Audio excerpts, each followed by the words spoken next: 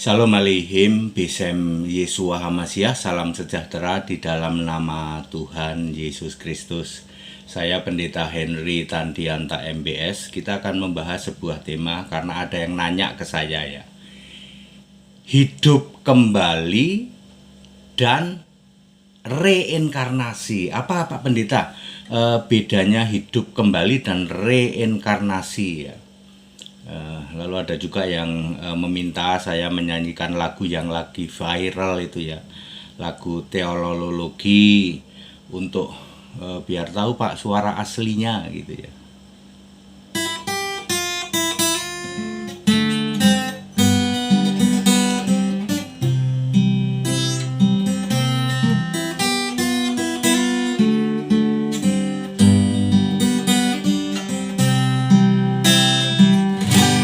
Teologi, tafsir Alkitab, ngarang sendiri, satu lemari astagfirullah. Teologi, kebenaran sendiri, pikiran tumpul, modalnya dengkul. Teologi, penyembah Bapa. Yesus berkata, iblis bapamu. Teologi, hujat Yesus Allah tak diampuni selama-lamanya. Pergi ke laut saja jadi pengajar ikan duyung. Pergi ke hutan saja jadi gembala bedes. Pergi ke laut saja jadi pengajar ikan duyung. Pergi ke hutan saja jadi gembala bedes. Gitu ya saudara ya. Saya akan menjawab pertanyaan bedanya hidup kembali dan reinkarnasi. Gini Bapak Ibu Saudara, kalau reinkarnasi itu nanti munculnya beda. Kalau dulu yang mati namanya Agus misalnya, nanti yang muncul ini menurut pemahaman reinkarnasi di tempat lain ya, muncul jadi ayam misalnya. Tergantung kalau dia perbuatannya baik, nanti mungkin jadi binatang yang disukai orang gitu ya, atau jadi orang lain gitu ya. Makanya ada toh orang itu, dulu ada orang yang mirip misalnya nih ya, mirip dengan Hitler. Tiba-tiba sekarang ada orang yang mirip Hitler. Itu berarti reinkarnasinya Hitler tuh ya, gitu. Itu konsep reinkarnasi. Sudah mati lalu datang ke bumi lagi menjadi orang lain yang karakternya dan sifatnya sama dengan itu ya. Tentu saja rohnya sama. Nah, sekarang kita terapkan di Alkitab ya. Lukas 1 ayat 17. Lukas 1 ayat 17. Yohanes Pembaptis itu datang ya dengan sebagai kuasa Elia, bukan roh Elia, roh dan kuasa Elia. Artinya Elia yang sudah roh, bukan rohnya Elia itu jadi ke bumi lagi sebagai rohnya Yohanes, bukan. Roh dan kuasa Elia menjadi Yohanes Pembaptis, lalu membuat hati bapak-bapak berbalik ke anaknya dan sebagainya, hati orang-orang durhaka berbalik kepada kebenaran. Jadi Yohanes Pembaptis adalah lahir disebut sebagai yang punya kuasa Elia, bukan roh Eliahnya muncul lagi, bukan reinkarnasi kalau Yohanes Pembaptis itu ya. Bukan rohnya ya, tetapi rohnya sih tetap rohnya Yohanes Pembaptis, tetapi kuasa, perhatikan baik-baik. Lukas 1 ayat 17 di situ ditulis kuasa Elia. Demikian pula di dalam Wahyu 11 ayat mungkin ayat 6 dan 7 gitu ya. Ayat 6 dan 7 Wahyu 11 ya segitulah. Itu ada kuasa untuk membuat air jadi darah, itu kuasa Musa. Kuasa untuk tidak menurunkan hujan itu kuasa Elia. Jadi dua saksi Allah di dalam Wahyu 11 ayat sebut saja ayat 3, 4, 5, 6 itu adalah kuasa Elia, kuasa Musa. Jadi orang yang mempunyai kuasa seperti Elia, seperti Musa. Tapi bukan berarti rohnya Elia balik lagi, tidak. Ya, kekristenan tidak mengenal reinkarnasi. Ya. Kalau kekristenan mengenal reinkarnasi, kira-kira saya ini reinkarnasinya siapa? Ya. Ya, agak sulit cari ya. Pernah ada nggak ya orang yang kayak pendeta HTD yang bisa mencipta lagu, bisa nyanyi juga? Dulu ikut lomba bintang radio dan televisi, nggak pernah bisa masuk sampai nasional. Ya, mungkin waktu itu radionya rusak kali ya. Nyanyi dulu ya. Teologi, penyembah Bapa. Yesus berkata, iblis bapamu.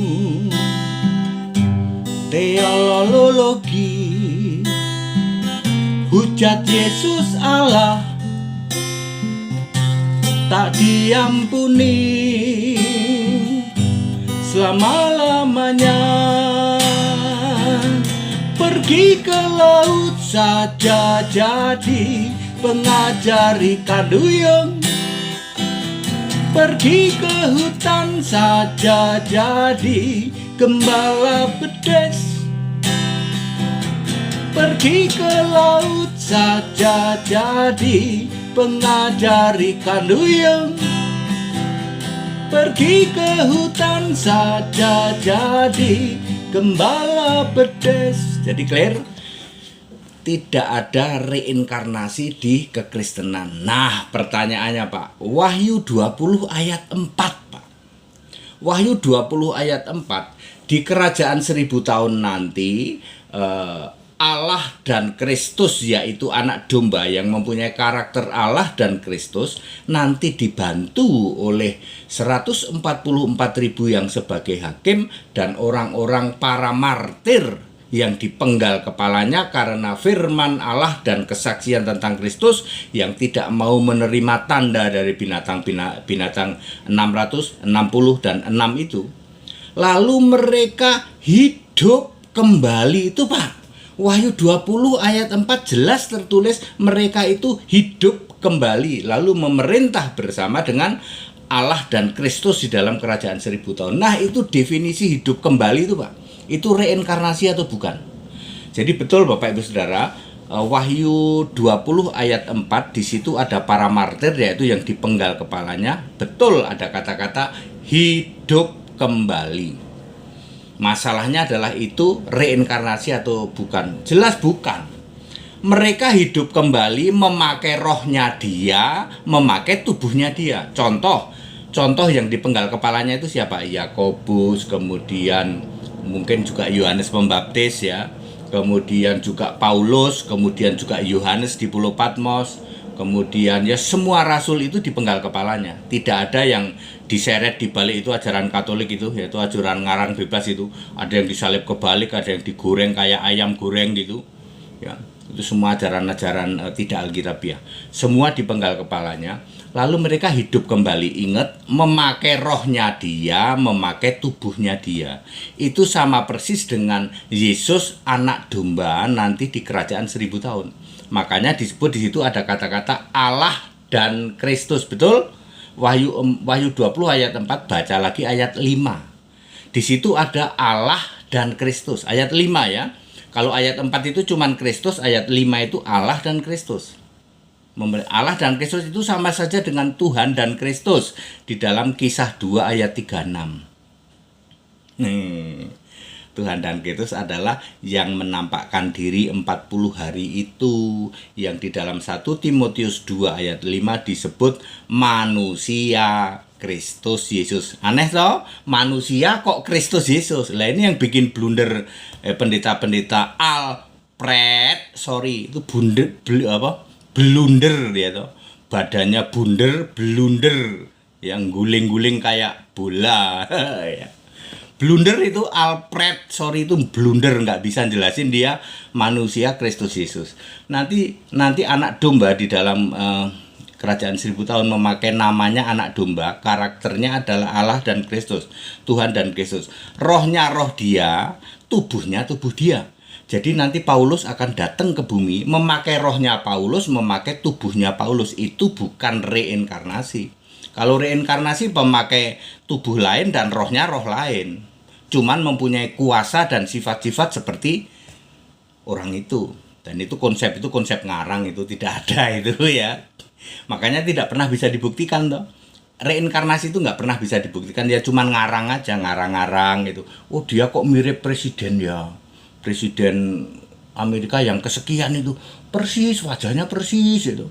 Ada yang sekarang ini ada loh orang yang wajahnya persis Elvis Presley misalnya, atau persis sama dengan presiden Amerika misalnya. Makanya tadi pertanyaan saya, kira-kira HTD ini persis siapa? Kalau HTD itu reinkarnasi. Susah nyari wajah kayak gini soalnya. Ya. Kalau toh ketemu wajahnya mirip, bisa nyanyi juga betul, tapi pasti tidak ketemu yang very clear paham Alkitab. Wah, ini yang susah ini. Susah itu. Ya. Jadi Paulus akan datang memakai tubuhnya Paulus, memakai rohnya Paulus, bisa ngilang, bisa nembus dinding, bisa dipegang, bisa makan, tapi makannya bukan ikan goreng, mungkin makan pizza atau makan McD gitu ya kan, itu nanti ya terjadinya tahun 5000-an, hampir tahun 6000 ya. Bukan inkarnasi ya, bukan inkarnasi. Jadi nanti hidup kembali di dalam Wahyu 20 ayat 4 ini linknya harus kisah 1 ayat 3. Hidup kembali harus memakai tubuh untuk menunjukkan bahwa dia hidup. Jadi Yesus dulu menampakkan diri 45 hari, rohnya pakai roh dia, tubuhnya pakai tubuh dia. Makanya tidak disebut inkarnasi, reinkarnasi tidak. Ya, untuk membuktikan dia hidup di dalam kisah 1 ayat 3. Demikian pula nanti Paulus Yakobus, Yohanes, Petrus, semua yang mati dipenggal ya. Jangan lagi percaya Anda mati, ada rasul mati disalib terbalik, diseret sama kuda, lalu digoreng kayak pisang goreng. Jangan percaya, itu penyesatan ajaran Katolik dan ajaran-ajaran Protestan yang tidak alkitabiah. Alkitab menulis semua martir itu dipenggal kepalanya di dalam Wahyu 6 ayat 10 maupun Wahyu 20 ayat 4 ya. Nanti dia akan jadi raja-raja wilayah ya.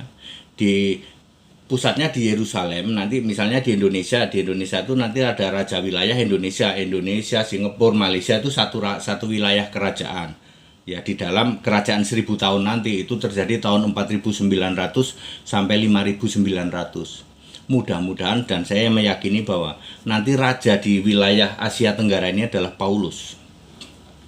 Ya, karena Pauluslah yang meletakkan keimanan kekristenan di wilayah yang Arab.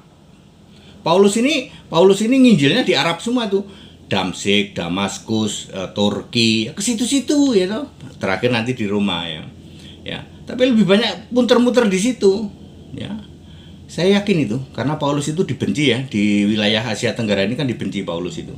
Di wilayah sini ya, itu paling dibenci ya. Padahal Paulus itu yang meletakkan kekristenan di orang Arab ya. Di sini kan mayoritas juga orang-orang yang berkiblat ke Arab toh, Indonesia, Malaysia ya, berkiblat ke sana ya. Ya. Jadi jelas ya, hidup kembali di dalam Wahyu 20 ayat 4 itu memakai rohnya dia, memakai tubuhnya dia, tapi nanti bisa ngilang, bisa juga nembus dinding, bisa dipegang, bisa memerintah. Jadi Anda bayangkan Paulus nanti memerintah, misalnya pusatnya di Singapura misalnya, wilayahnya terdiri dari Indonesia, Malaysia, Vietnam, Kamboja, terus ya Papua misalnya sampai Papua Nugini, itu wilayah kerja dari Paulus. Paulus itu wujudnya ya Paulus, rohnya ya rohnya Paulus. Bisa diajak diskusi Pak, bisa disentuh, bisa. Tapi bisa ngilang, bisa ngilang ya. Itu yang disebut hidup kembali di dalam Wahyu 20 ayat 4. Pak, kami nggak nangkep Pak. Penjelasan Pak Atide itu rinci, tapi kami kok nggak nangkep. Sudah tahu, kan Anda tidak bisa menabrak ketentuan dari Allah. Yesus membuka pikiran, mengerti kitab. Cila kamu kan nggak percaya Yesus. Walaupun saya sebutkan berderet-deret ayat untuk bukti, tetap kamu nggak nangkep. Karena selubung itu tidak dibuka. Kalian baca 2 Korintus 3 ayat 14. Selubung itu harus dibuka, harus disingkapkan oleh Yesus. Hanya Yesus yang bisa. Bapa nggak bisa. Bapa nggak bisa menyingkapkan selubung ini. Bapa, Anak, Roh Kudus nggak bisa. Apalagi patung Yesus, patung Maria nggak bisa menyingkapkan selubung otakmu ketika membaca Alkitab. Baik perjanjian lama maupun perjanjian baru. Dulu perjanjian lama, sekarang sudah ada perjanjian baru juga.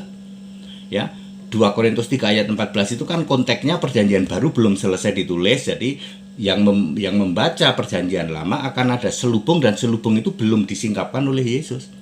Bapa nggak bisa menyingkapkan. Ya, Bapa, Anak, Roh Kudus nggak bisa. Maria nggak bisa menyingkapkan selubung. Patung Yesus nggak bisa. Patung Maria nggak bisa. Romo pendeta nggak bisa. Hanya Yesus yang bisa menyingkapkan selubung itu. Sehingga ketika saya menjelaskan seperti ini, saudara-saudaraku dari umat di luar Kristen misalnya, atau para romo atau para pendeta nggak akan bisa. Kamu nggak akan paham. Walaupun bukti ayat Alkitabnya berderet-deret.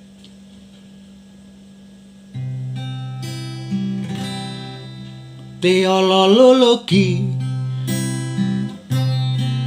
tafsir Alkitab. Ini dengerin makanya. Ngarang sendiri tuh. 1 lemari, astagfirullah. Teologi. Kebenaran sendiri. Perhatikan. Pikiran tumpul tuh karena selubungnya belum disuntik. Modalnya dengkul. Pergi ke laut saja jadi pengajar ikan duyung. Pergi ke hutan saja jadi gembala bedes. Nah, pergi ke laut saja jadi pengajar ikan duyung. Pergi ke hutan saja jadi gembala bojok ya. Bedes, bojok itu sama ya. Saya sudah jawab ya. Reinkarnasi, bedanya reinkarnasi dengan hidup kembali ya. Ayat Alkitab loh ya. Jadi Yohanes sebagai Elia yang sudah datang itu kuasanya sama dengan Elia, rohnya mah beda. Nanti Elia yang akan datang adalah di dalam Wahyu 11 ayat 2, 3, 4, 5, 6, 7 ya. Kemudian yang hidup kembali di dalam Wahyu 20 ayat 4 adalah nanti memakai rohnya yang sama dan tubuh dia juga. Itu bukan reinkarnasi. Dan saya sudah memenuhi permintaan Anda untuk menyanyi lagu Teologi. Diulang sekali lagi.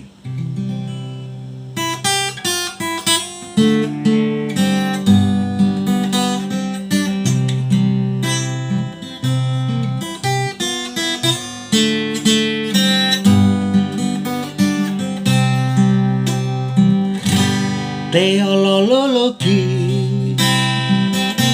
tafsir Alkitab, ngarang sendiri, 1 lemari, astagfirullah. Teologi, kebenaran sendiri, pikiran tumpul, modalnya dengkul. Teologi, menyembah Bapa. Yesus berkata, iblis bapamu. Teologi, teologi, hujat Yesus salah tak diampuni selama-lamanya. Pergi ke laut saja jadi pengajar ikan duyung, pergi ke hutan saja jadi gembala bedes, pergi ke laut saja jadi pengajar ikan duyung, pergi ke hutan saja jadi gembala bedes. Segala hormat kemuliaan untuk Yesus Kristus, satu-satunya Allah yang benar, Allah segala masa, sebelum segala abad, sekarang sampai selama-lamanya. Haleluya. Amin.